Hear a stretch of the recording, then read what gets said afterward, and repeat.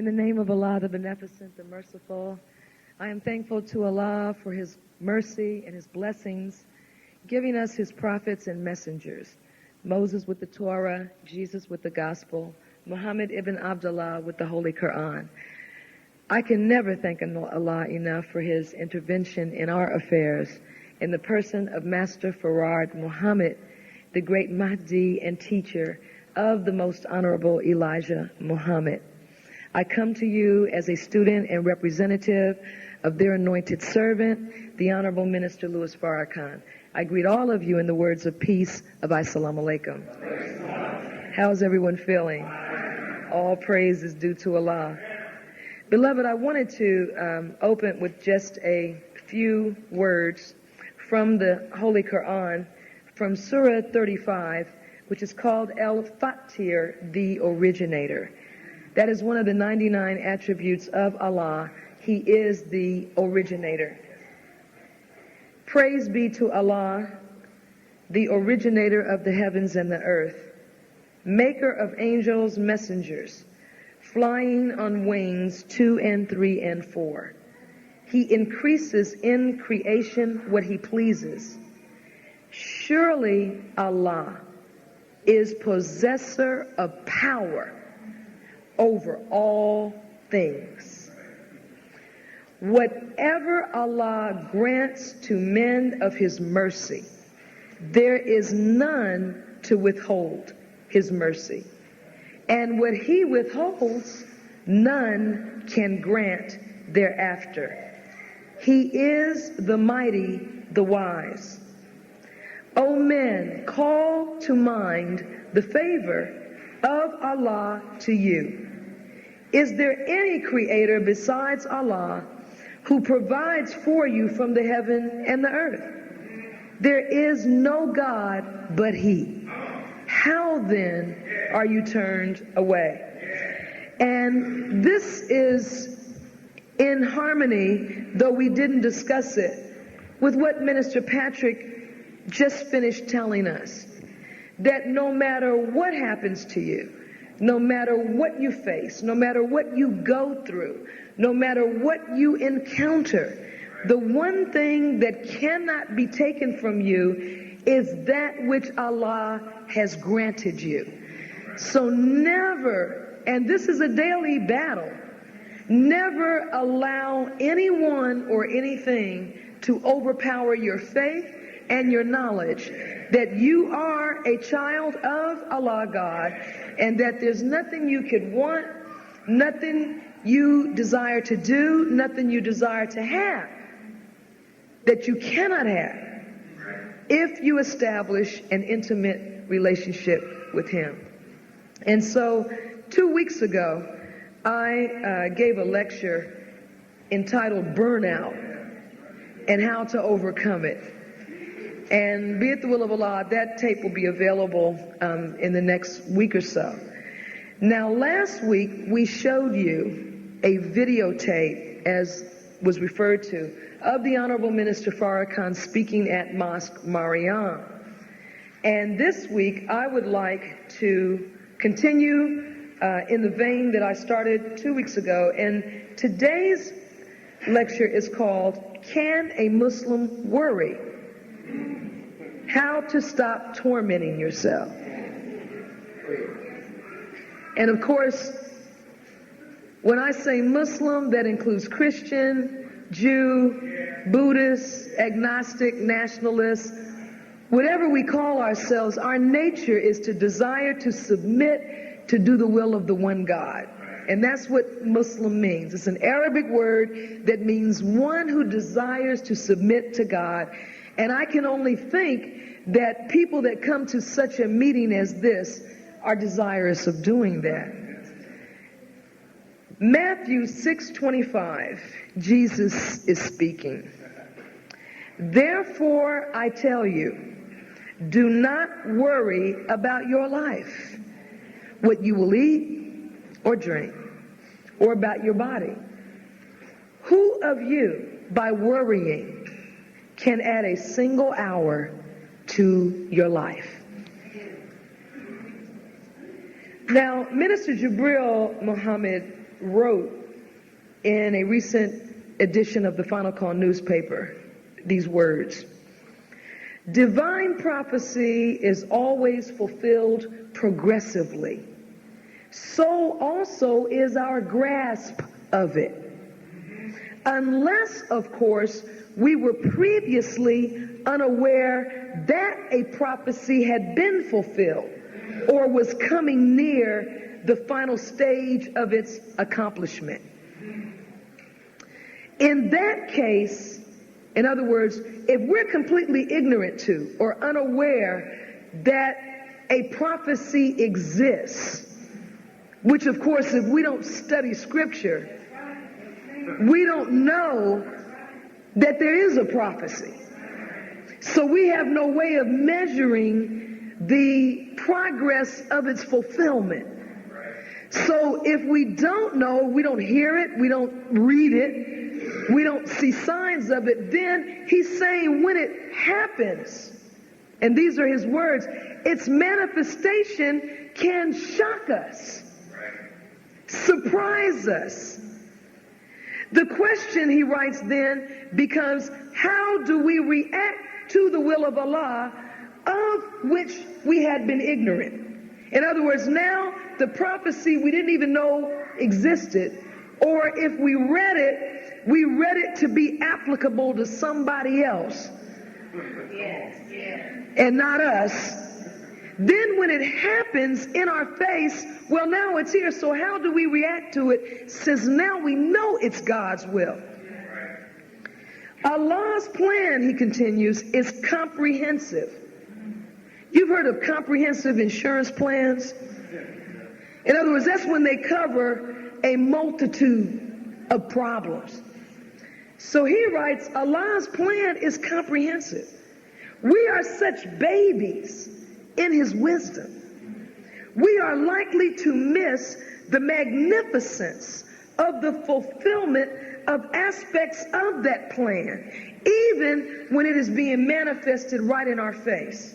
Worse, we may misunderstand and reject it and hurt ourselves and perhaps others too. An example of that, which I will not go into this afternoon in depth, is the Million Man March. The Million Man March was the fulfillment of divine prophecy. The Revelator wrote of it.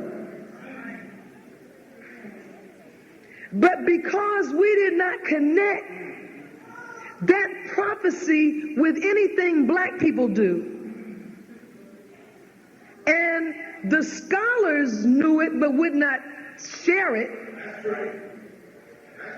And if you look in the book of Matthew, when you read of the triumphant entry of Jesus into Jerusalem, parenthesis, Washington, D.C., and it says the whole city stirred and asked, who is this? And the crowd answered the question, this is Jesus of Nazareth. Now, if the crowd answered the question, who was asking the question? The question was being asked by the leadership who abandoned the city that day. The U.S. government shut down. And it became a day of atonement.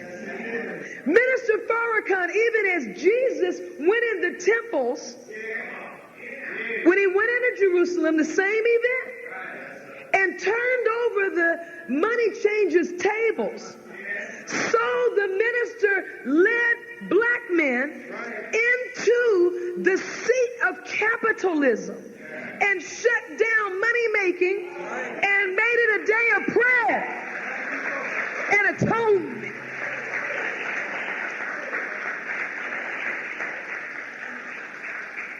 And I could go into that more, but I got a little booklet coming out Savior's Day. And it's in there. That's why it's on my mind, because I was at the computer this morning, and I'm telling you, we're living this thing. And beloved, when you look at the mathematical probability of even being alive,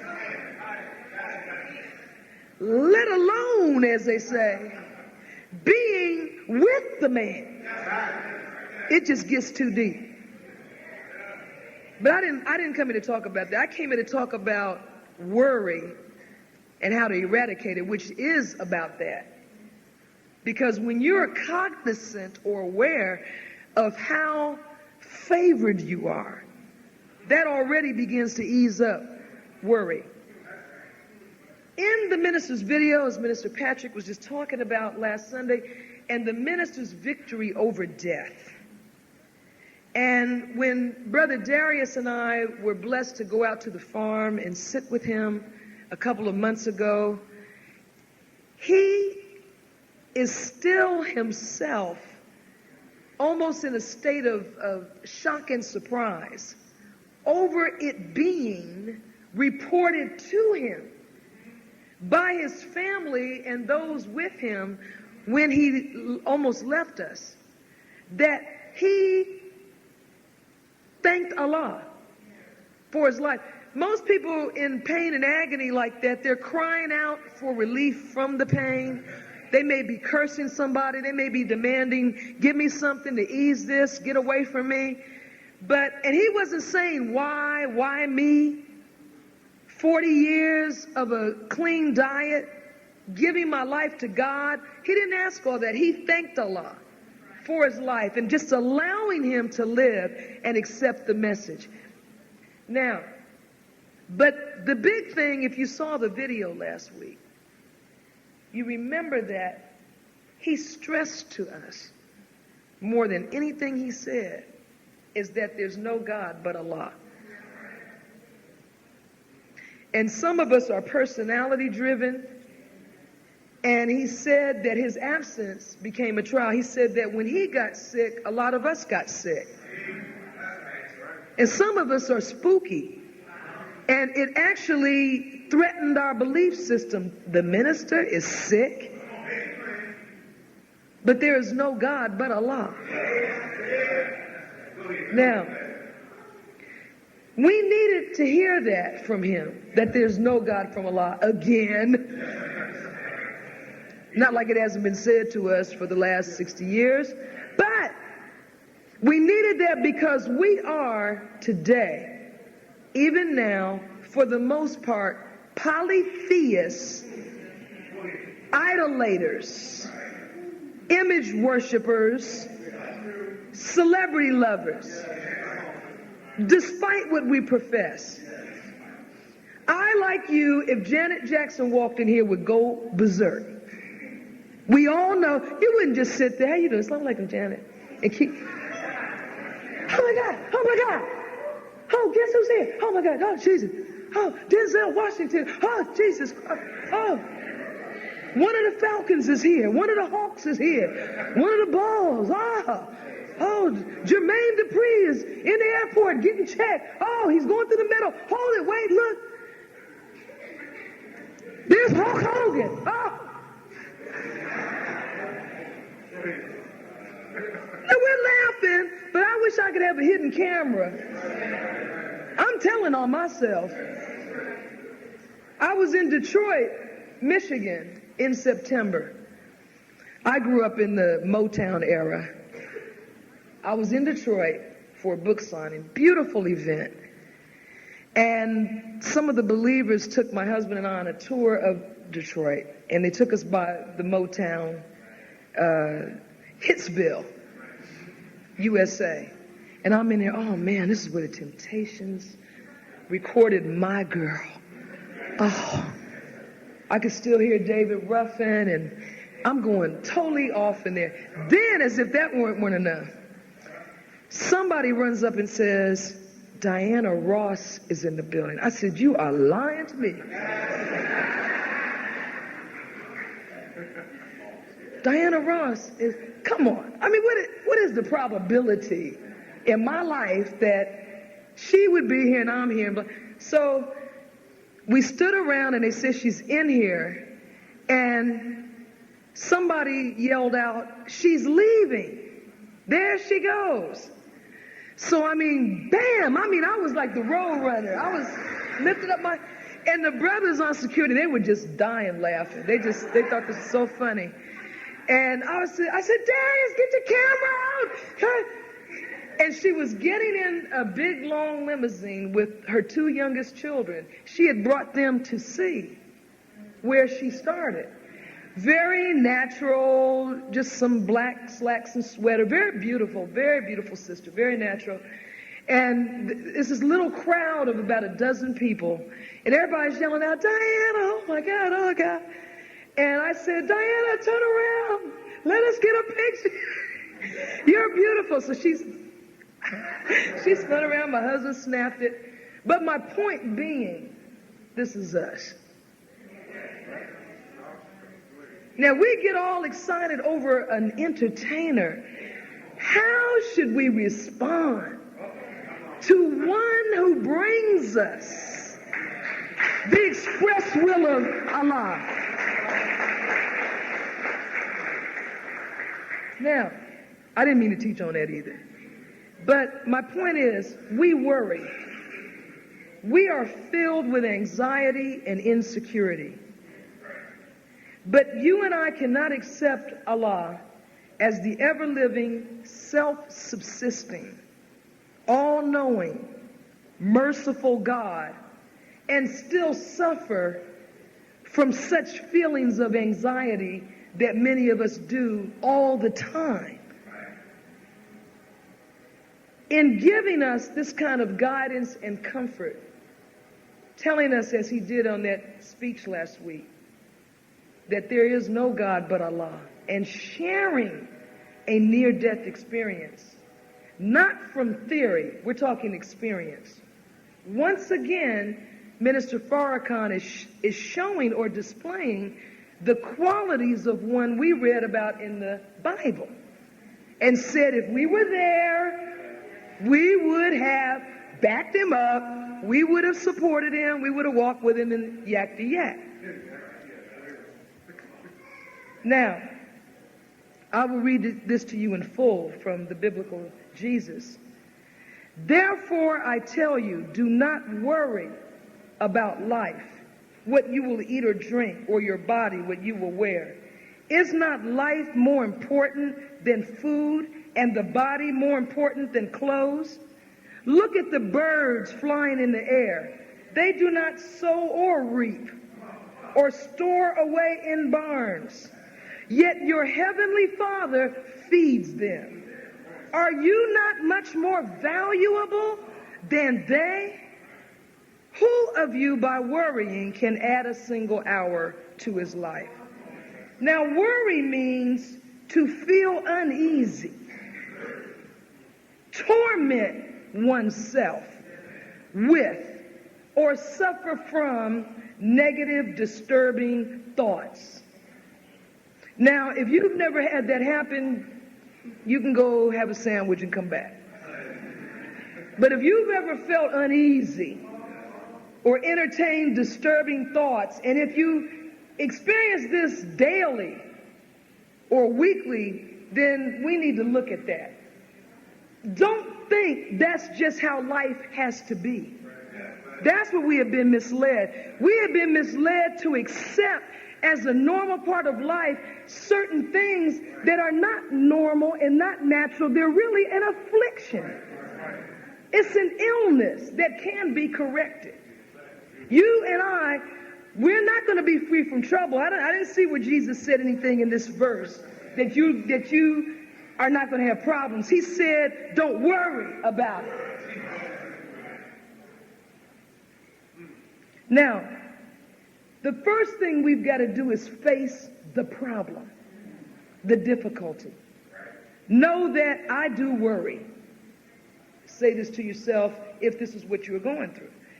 After you acknowledge that what you are feeling is worry and it's not necessary to be like that, then you have to discover the roots of what makes you feel insecure. Then you're going to have to replace, it's like self-surgery. You have to operate on your own mind. You have to go in your mind and surgically remove the source of, because if you feel anxiety and worry, and we're not really doing it, anxiety is a little different from worry. It's more physical. I mean, it's like a pronounced, you can physically feel your stomach churning, you know, and shakes and things. But I just want to deal with worry today, which is just where we're just constantly disturbed by, oh, how am I going to pay this bill? How am I going to get this done? I don't have anything to wear. I don't have enough food in the refrigerator. I don't have transportation. I don't have this. How am I going to get this? That's what I'm talking about today. Now, if you worry like that, there is a wound from your past that was inflicted on you, that took from you your natural sense of security that you have being a child of God. You had some kind of experience that left you so traumatized that it made you doubt to this day whether or not you will have enough, be enough, do enough. Do you understand? So you got to go back and search your history and find out. It could have happened as far back as when you were a fetus in your mother's womb, or you could have had a worry-free childhood. Like myself, I had a beautiful childhood. It was when I got out on my own that things went crazy. But it's the same. I don't care if it happened when you were a fetus, when you were 3, when you were 39. You still have to dig it out and deal with it. You have to replace it with the healing power and resources of the Creator. Because we have been made in slavery to believe the falsehood that there's not enough of everything. That's why we worry. We don't realize there's an infinite supply. But slavery, 400 years of being hungry and cold and out of doors and experiencing what it is to run out. And that plagues us as black people to this day. Hardly anybody in this room has no knowledge of having a phone cut off or being evicted from some place. Or if you haven't, somebody in your family called you and said it just happened to them, or a friend. That is not God's intention. That's my point. He didn't plan for us to go through that. Even when we say it's a trial, that's not even true. He never intended for us to live like this on a daily basis. I can prove that to you in no limit of time. He just gave me the proof. It was from the minister, what he said on the video, when he quoted us from the Quran about being severely tried once or twice a year. And sometimes we will be tried with loss of property. Everybody remember that? Now, let me ask you a question. How can you be tried with the loss of what you do not have? Talk to me. He meant for you and I to live a life of prosperity. And from time to time, he would straighten our subsistence to humble us. But it was never his plan for a person to be born on this earth and from cradle to grave live in poverty. No way. You can't convince me of that. Now, I want to tell you what the scientists tell us of this world are the categories of worry. Because there's types of worry. One type is the disturbing situation that you must find a solution to. See, we have problems that can be put on ice. Then we have problems that got to be solved today. Okay? That's one type of worry. The second type is a disturbing situation which you have no control over. The third type, and that's the one that we have to deal with first, is the type that is not even worthy of much attention and is definitely not qualified to be an object of worry. Now, the first situation you got to solve, I'll give you an example. Survival. If you have a problem of hunger, you can't take 6 months to resolve that. That's got to be dealt with right now. You may go a day or two, but there's a finite time within which food has to be produced, or we're out of here. So food, clothing, shelter, that's why Jesus talked about those things, because he knows these are things human beings have as a concern. So he said, let me get your mind off of that so you can think spiritually. Because why would God make a human being with a brain with infinite capability, and then your life is like a spider or a bear, where you just spend your day scrounging for food like a four-legged animal? It doesn't. Why give you all of this if all you're going to use is the reptilian brain? What am I going to eat? Where am I going to sleep? Who am I going to mate with? Well, that's what a dog thinks. So he didn't intend for us to even have to give thought to that stuff. We're here to think creatively. Now, secondly, the other one is no control. A loved one dying of a terminal illness. A relative incarcerated. Waiting on your loved one's plane to arrive and it's 5 hours late. That's out of your control. Now, the last one is events that we manufacture in our mind to be concerned about, that nobody really has any business caring about. And that's what really takes us out of here, because as the minister said, most of what we're concerned with is what we make up in our mind.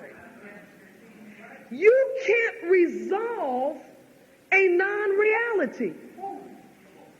How can you solve an illusion? You're a man with a wife at home and you're making up in your mind some scenario about some man going to see her, and it's not even real. How can you resolve it? How can you deal with him and he don't even exist?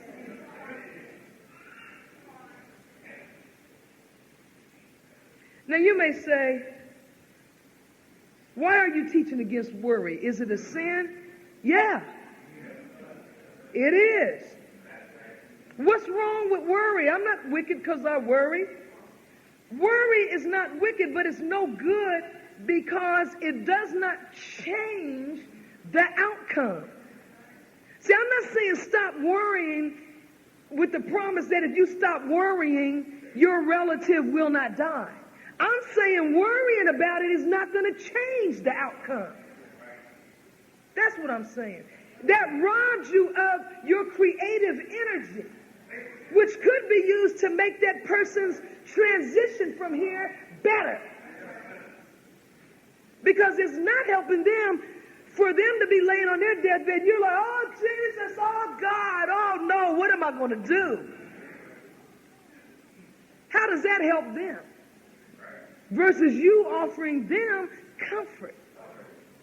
Now, worrying about the possibility of some event not only fails to prevent the event, it can actually make it happen. Now, this is some old stuff. We all know this. We just don't do it. But we all know about mind and matter. Because the mind is so powerful, beloved, as you continue to worry on a thing, you start imaging the outcome. Oh, I've got to speak at the press conference. I'm going to mess up. I'm not going to remember what I'm supposed to say. Then you start seeing yourself bumbling and blubbering, falling, and then you go out there and do what you saw yourself doing. Talk to athletes, competitors. The winners see themselves winning before the big game. They actually fast forward. You on a big NBA team, you see all the women running around. You are bad, baby. You awesome. After the game. They see that. Loser because it's mine first. 90% of every battle is mental. Even when you see it get physical, it only got physical because somebody's mental power weakened. You should be able to win every battle mentally. And then all you got to do is go in and sweep up. Now, it's like they said the New York Yankees. When the Atlanta Braves went there, this team had an aura. They look at you like, why are you here? There's no way in the realm of possibility or impossibility. Just come on out like, well, whatever. If you just feel like practicing, you are going to lose this. You've already lost this. And if it wasn't you, whoever they sent against us was going to lose. And this is how you have to be. You have to be confident. That doesn't mean you're arrogant, but you're dismissing the power of God when you perceive yourself as a loser. Now, when you worry, the reason it's a sin is because worrying is a manifestation of a lack of faith. See, even if you're waiting on that airplane and it's 5 hours late, I said you don't have any control. I don't have any control. I didn't say no one did. If you have faith in the one who does have control, then you have the posture like Jesus, let not my will, but thine will be done. Because I know you're going to get it here. And if you don't get it here, it is to fulfill a plan that is for the best of all of us. Even if it hurts. But when you spend time seeing yourself as a failure, you will reproduce that image in your performance. We condition ourselves for failure. Classic example is an ulcer. I'm so worried I'm going to get an ulcer. And eventually you do. I saw a woman on television. The whole family of women are having mastectomies, the removal of the breast, because their grandmother died from breast cancer. So they're saying, in order for me not to get it, I'm going to cut off my breast. They don't understand that that's an effect, not a cause. The cancer is something, many cancer patients, of which I have been one. See, cancer is a problem of suppressed grief and anger. And it runs in families.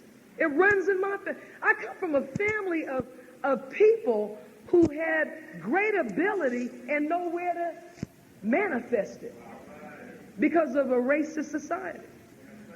My father was born in 1905. He was 45 years old when I was born. So he grew up in the lynching period, the Great Migration, when black people left the South to escape death. Now there is a migration back, but that's another story. But what I'm saying is the time, as well as his temperament, made him a quiet sort of individual. Very strong, beautiful person, took care of our family. But when I grew up in the 50s and 60s, you didn't talk about things. You whisper. You don't cancel. You didn't say that word. If somebody got a divorce, you didn't know about it. So people had to keep things to themselves. And as a result, now that's something genetic.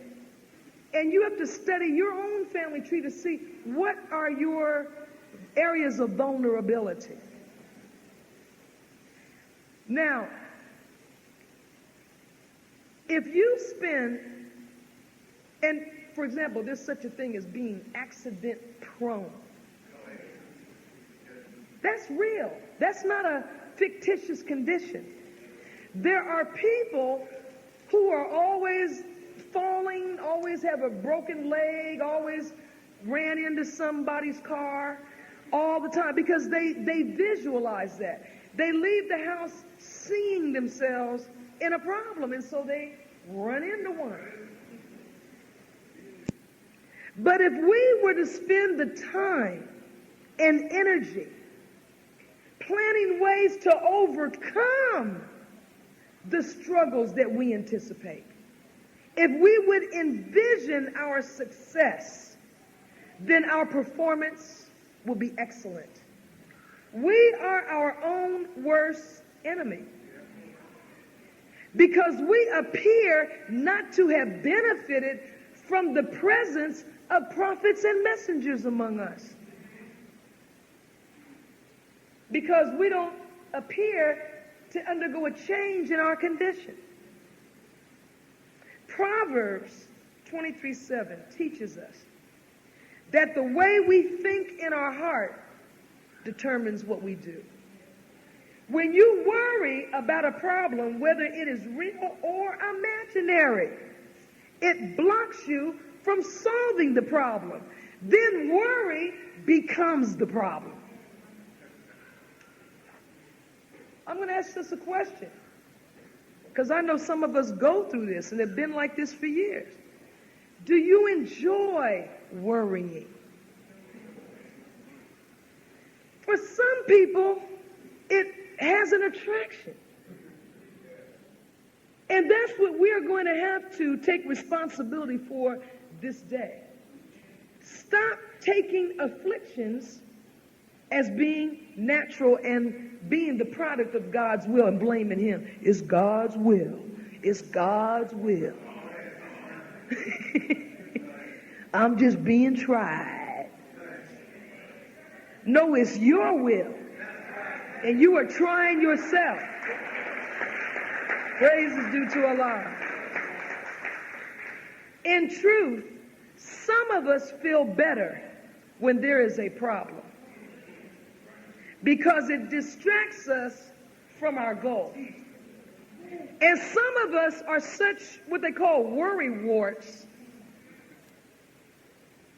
that if we don't see a problem, we make one. And when you're a worrier, you tend to be worrisome and make a nuisance of yourself.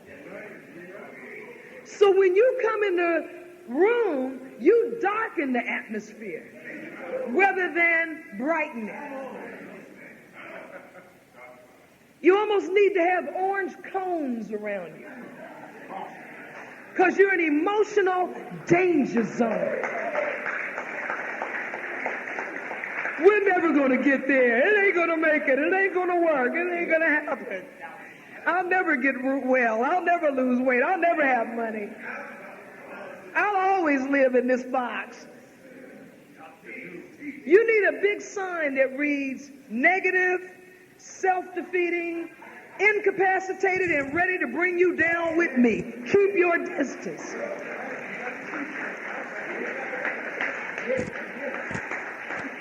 But in truth, because we're going to use some actual facts and stats now. I ain't speculating. How can I prove this? Pain gets more attention than pleasure. If a plane crashes, it is the headline. If somebody goes off and shoots everybody, it is the headline. It is in the news and it stays there. If somebody celebrates a 50th wedding anniversary, we don't hear anything about it. Ted and Jane busting up.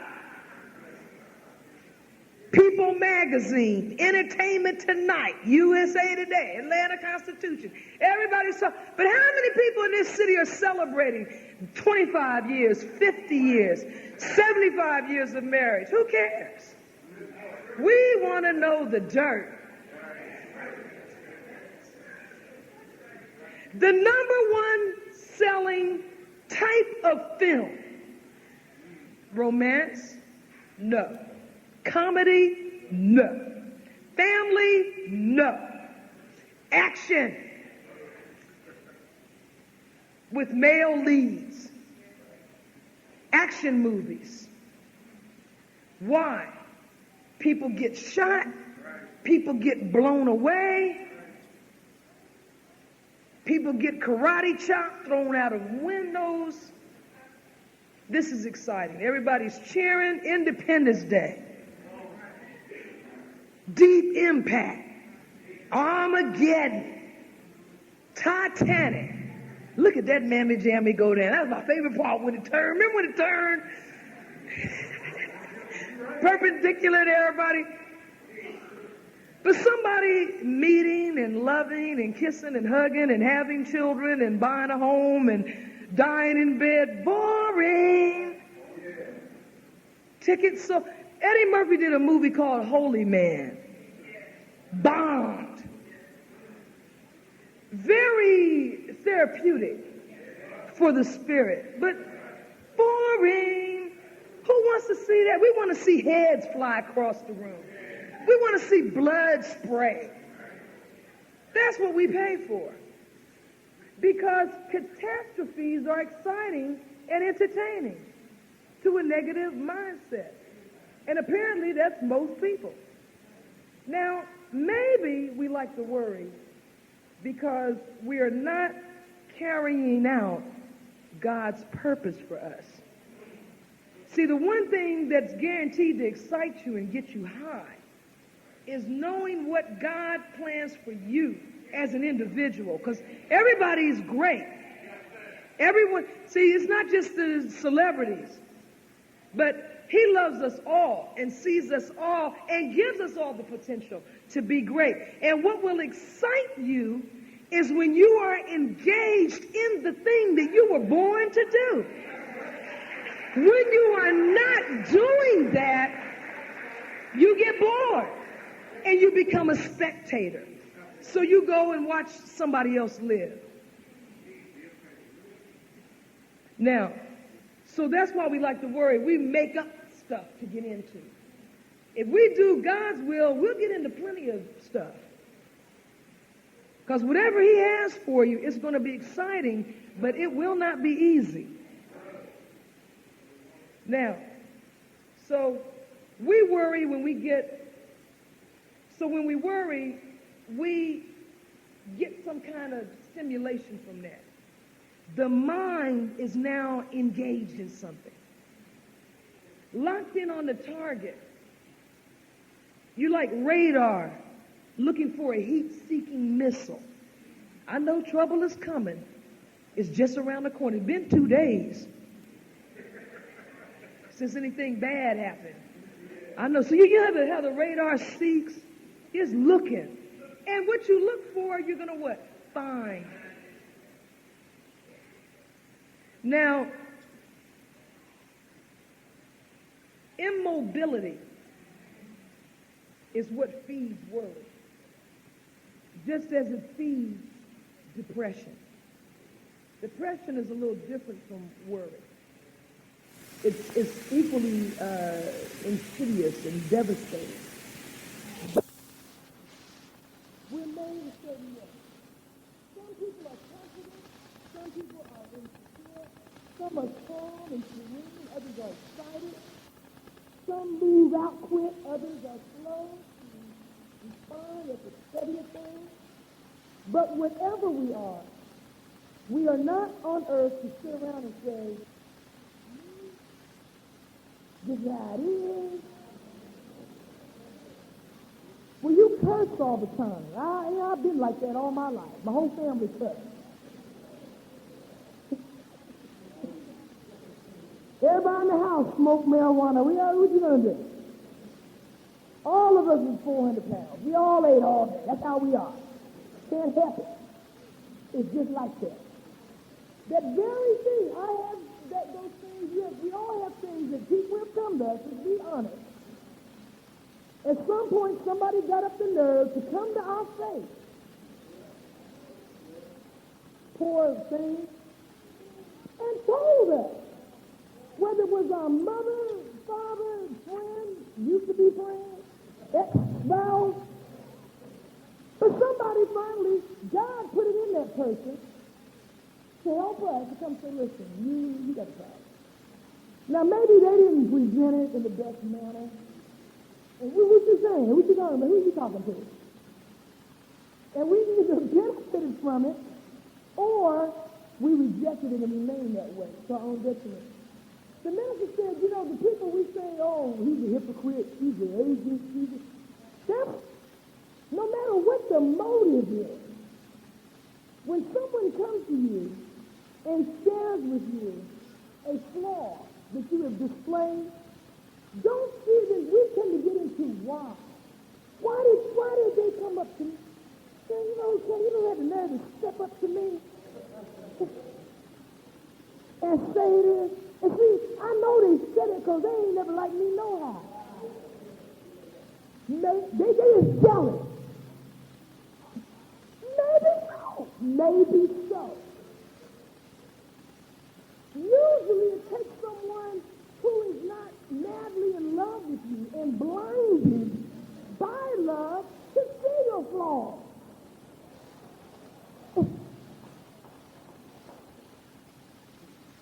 And so, after we get through hustling and hustling, we should, after we calm down 2-3 days later, they were right. I do. And so God's agenda is not for us to hide ourselves from ourselves, but to bring it up and overcome it and every obstacle to our path or our journey to Jesus. So may Allah bless all of us with love, the light of understanding, and the power to throw off worry, not tomorrow, but today. I leave you in the words of peace of Assalamu alaikum. Thank you so much.